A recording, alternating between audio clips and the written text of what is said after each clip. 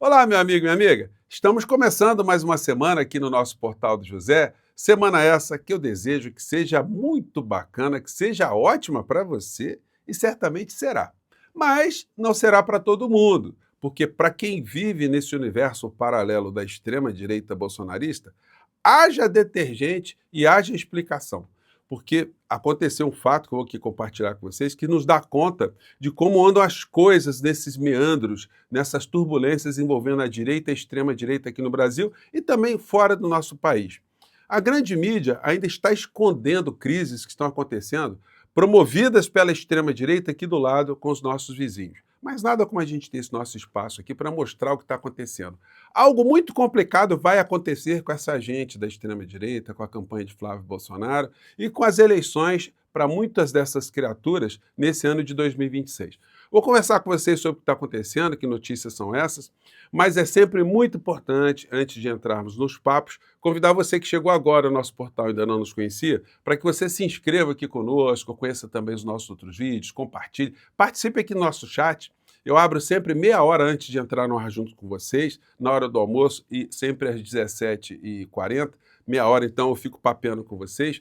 Compartilhe sempre os nossos vídeos, dê seu joinha, mande seu comentário, que são formas de você ajudar o nosso conteúdo a chegar a mais pessoas como você. E se puder, prestigie o nosso clube de membros e o nosso canal de cortes também. Eu sempre coloco no primeiro comentário aqui do nosso portal, junto com abaixo assinado de uma coisa muito importante, um processo que a gente está se envolvendo aqui nesse ano de 2026, que eu acho muito importante ter a sua participação, tá legal? Você é muito bem-vindo e muito bem-vindo. Bom, vamos aos temas aqui, né? Começando aqui com a vizinhança.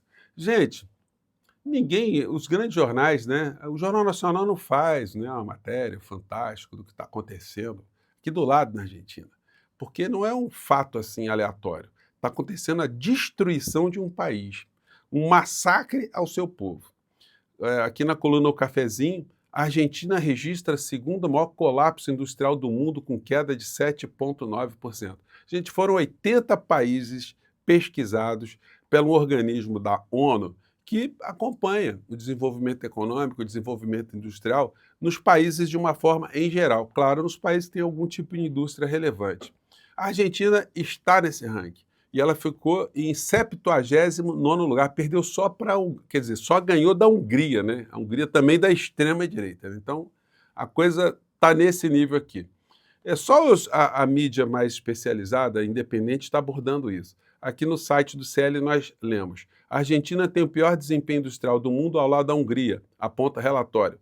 Mercado de trabalho industrial argentino teve mais de 79 mil empregos formais perdidos e fechamento de quase 2.900 empresas. Gente, olha, eu gosto muito da Argentina, todas as vezes que eu pude ir lá, enfim, tenho amigos na Argentina, é um país belíssimo, um país maravilhoso, mas está nessa situação, está em processo de loteamento.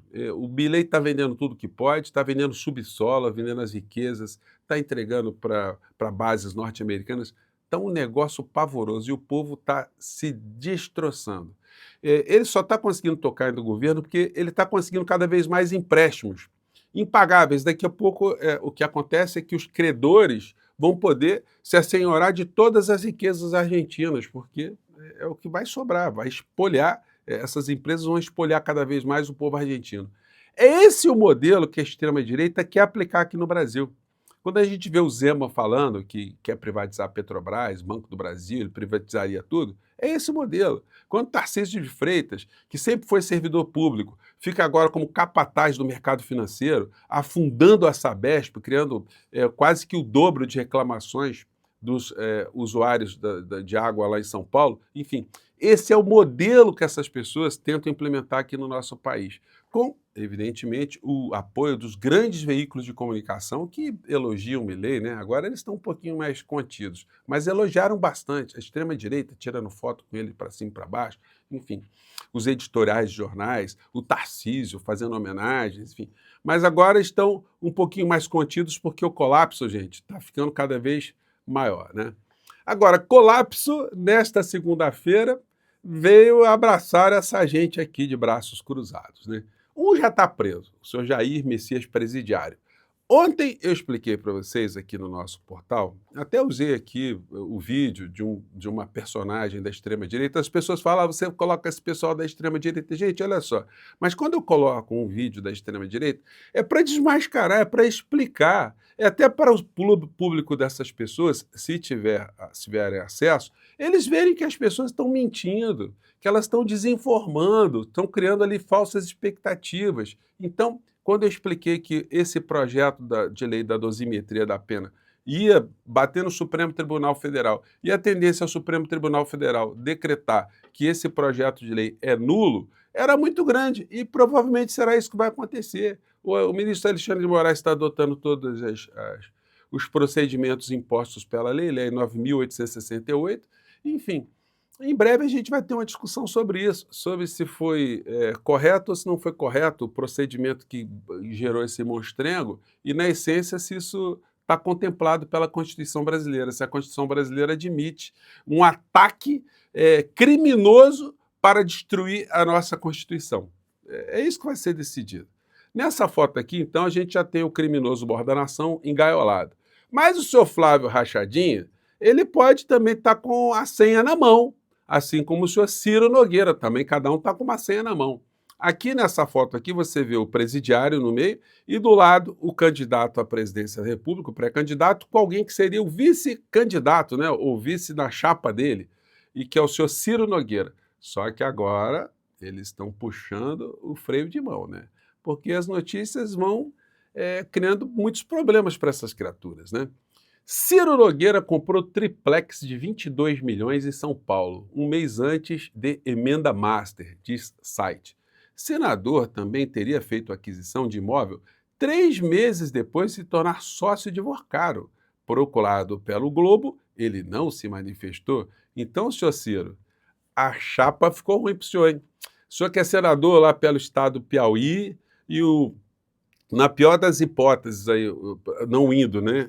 Como vice na chapa de Flávio Bolsonaro, só tentaria uma reeleição no estado do Piauí.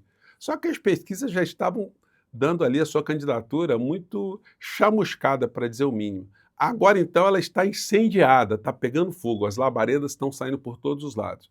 E quando isso acontece, a pior coisa que pode acontecer com alguém que está envolvido em alguma acusação criminal é ter o seu advogado saindo de banda, ou os advogados saindo de banda. E foi exatamente o que aconteceu agora mesmo nessa manhã. Cacai deixa a defesa de senador Ciro Nogueira. Parlamentar foi alvo da Polícia Federal na semana passada em operação ligada ao caso Master. Gente, para quem vive no meio jurídico, nós sabemos muito bem que existem algumas hipóteses que fazem com que o advogado criminalista ele abandone, que ele deixe a defesa do seu cliente. A primeira delas é a quebra de confiança. Se houver quebra de confiança, o advogado fala, não vou fazer papel de trouxa aqui. Você está me escondendo coisas, então não tenho condição de fazer a sua defesa. E quando a gente fala aqui em advogado Cacai, não é o advogado Cacai, é o escritório com uma penca de advogados. Cada um pega ali uma questão. Aliás, eles já eram advogados do Ciro Nogueira em outros carnavais. Então, a primeira divergência é essa questão da quebra de confiança. Ou o advogado, o cliente não confia mais no advogado, por alguma razão, né? O advogado foi infiel, enfim, eu acho impossível ter acontecido isso. Em relação ao Cacai, que é muito centrado no que faz, né? Muito profissional no que faz. Então, a quebra de confiança deve ter vindo, se esse for o caso, na direção do Ciro Nogueira em relação ao Cacai. Outra divergência possível é em relação aos honorários. Mas no caso do Ciro Nogueira, se tem uma coisa que não falta é dinheiro, né? Então não seria essa a situação. A outra possibilidade são divergências nas estratégias ou na estratégia de defesa. Também acho pouco provável. O Ciro Nogueira, eu quero que minha estratégia vá por aqui, e o Cacai, não concordo, acho que a estratégia tem que ser por aqui. Ou uma questão de foro íntimo, uma questão ali envolvendo questões muito pessoais. Então, gente, o que você acha que pode ter acontecido no meio dessa história? Eu cravo ali a primeira hipótese, né? Eu acho que houve ali uma quebra de confiança. O Ciro Nogueira quis dar uma embrulhada no Cacai e o Cacai falou: olha, não vou me queimar nessa história, não. Dinheiro é bom, mas não é tudo, né? Dinheiro não é tudo mesmo, né? Então, essa é a situação aí. A extrema-direita, portanto, hoje sofre esse baque, porque mais explicações eles vão ter que dar, né?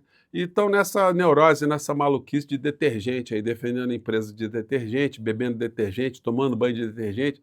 Gente, é um negócio patético. Eu tenho falado com vocês o que está acontecendo com essa extrema-direita aqui no Brasil. É um negócio impressionante, né? Talvez seja, assim, o aspecto mais radical da ignorância humana esteja aqui no Brasil, junto com essa turma do Bolsonaro.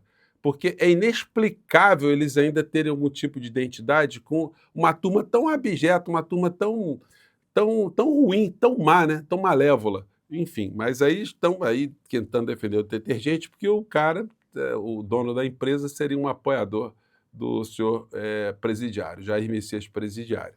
Bom, nós vamos ver mais desdobramentos hoje, mais tarde eu vou comentar com vocês algumas dessas consequências. Mas eu estou cravando aí que foi quebra de confiança no meio dessa história. Nós não saberemos que o Cacai não vai falar absolutamente nada. E o Ciro Nogueira também não vai falar absolutamente nada, porque, enfim, ele está muito encalacrado no meio dessa história, né? Mas a gente gosta muito de dinheiro, né?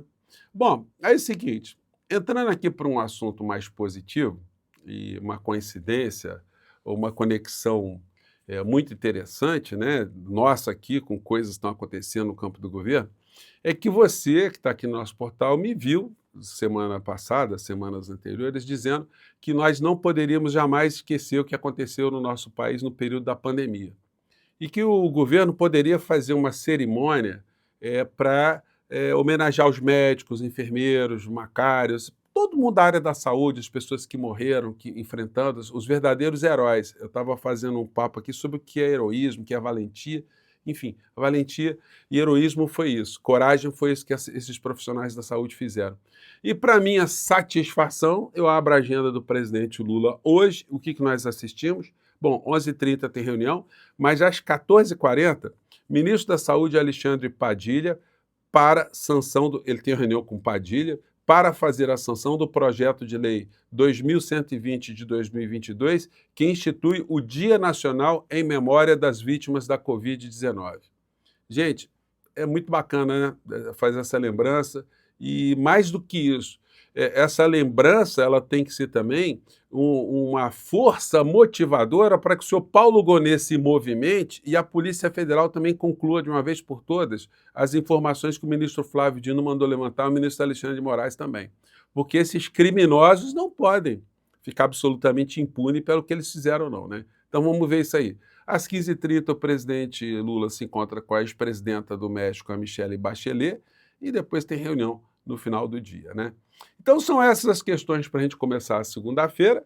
E o Cacai, que ficou meio chamuscado também, né? O Cacai estava aparecendo em muitos programas progressistas, ninguém estava entendendo muito por que ele estava defendendo o Ciro Nogueira, o Ibanez, enfim. São coisas aí que uma hora ele vai explicar um pouco para as pessoas aí, para ver se faz algum sentido, né? Para os mortais ainda que não tomaram banho de detergentes, né? Eu fico por aqui, mais uma vez, um grande abraço e olha, obrigado a você que está assinando, abaixo assinado, que está no primeiro comentário aqui do nosso portal, tá bom? Muito obrigado mesmo e vamos seguir em frente. Até o nosso próximo encontro. Tchau!